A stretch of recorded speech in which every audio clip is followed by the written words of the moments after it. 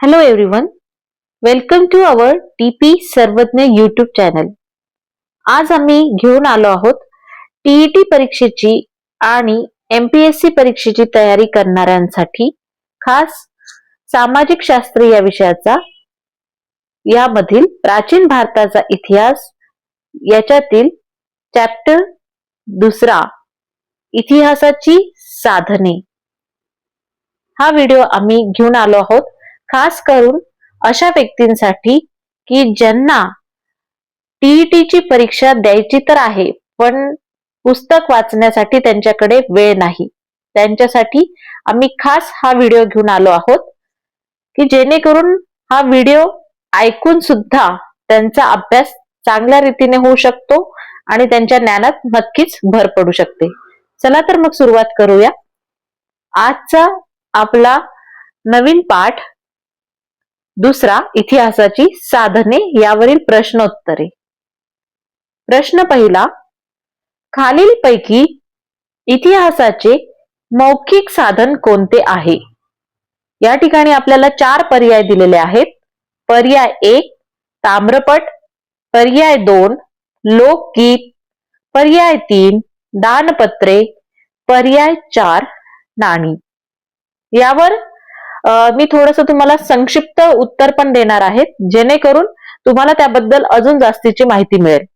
तर ताम्रपट, दानपत्रे आणि नाणी हे इतिहासाचे भौतिक किंवा लिखित स्त्रोत आहेत.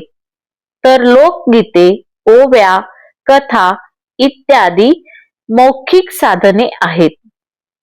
तर आपले उत्तर आहे पर्याय 2 लोकगीत. दुसरा प्रश्न, धान्यांचे कण, फळांच्या बिया या इतिहासाच्या साधनांवरून कशाची माहिती मिळते? या ठिकाणी आपले पर्याय आहेत. पर्याय 1 मानवी व्यवहारांची, पर्याय 2 भौतिक प्रगतीची, पर्याय 3 समाजाची, पर्याय 4 आहाराची. तर याचं संक्षिप्त असं उत्तर आहे की धान्यांचे कण आणि फळांच्या बिया यासारख्या अवशेषांवरून प्राचीन काळातील लोकांच्या आहाराबद्दल माहिती मिळते. तर आपले उत्तर आहे पर्याय 4 आहाराची. प्रश्न तिसरा, प्राचीन काळातील मानव कोणत्या वनस्पतींच्या साली लेखनासाठी वापरत असे? या ठिकाणी आपल्या समोर 4 पर्याय आहेत. पर्याय 1 पिंपळ, पर्याय 2 वड, पर्याय 3 पपायरस आणि पर्याय 4 निलगिरी.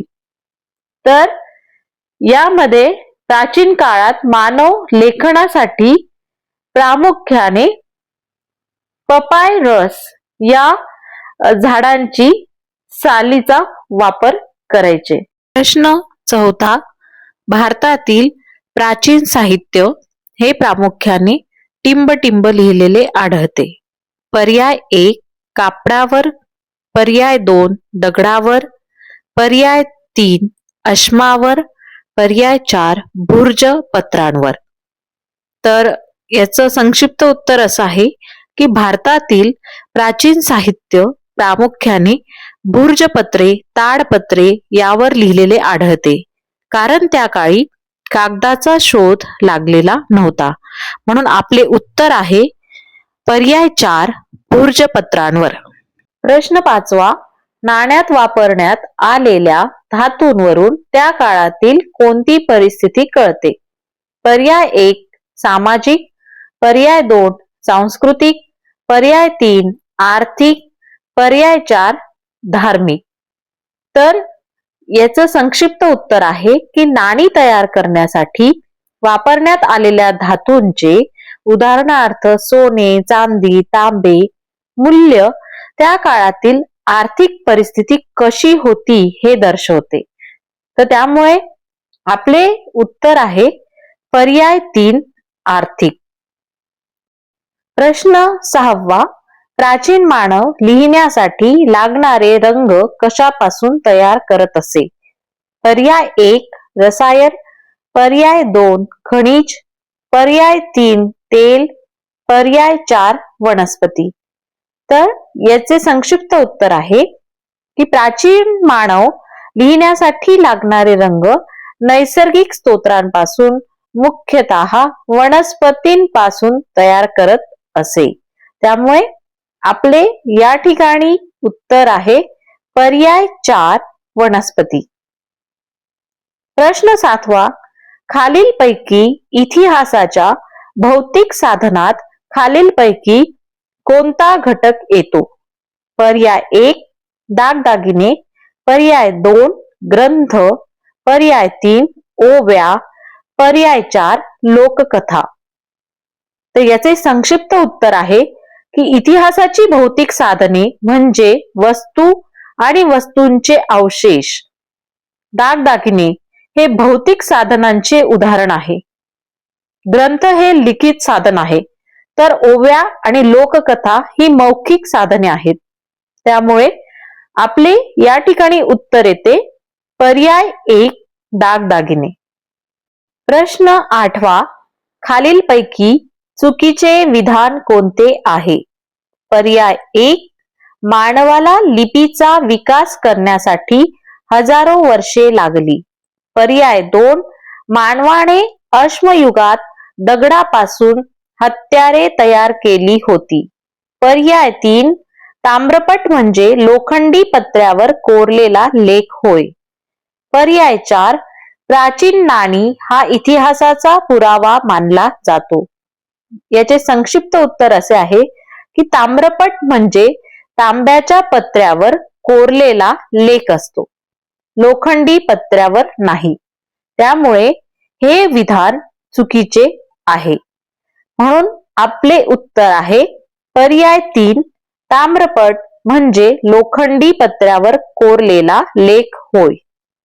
प्रश्न 9वा, खालीलपैकी कोणती साधने भौतिक व लिखित या दोन्ही प्रकारात येतात? पर्याय 1 इमारती व किल्ले, पर्याय 2 भांडी व प्राण्यांची हाडे, पर्याय 3 ताम्रपट व दानपत्रे, पर्याय 4 लोकगीत व ओव्या. तर याचं संक्षिप्त उत्तर असं आहे की ताम्रपट आणि दानपत्रे या वस्तू भौतिक स्वरूपाच्या आहेत.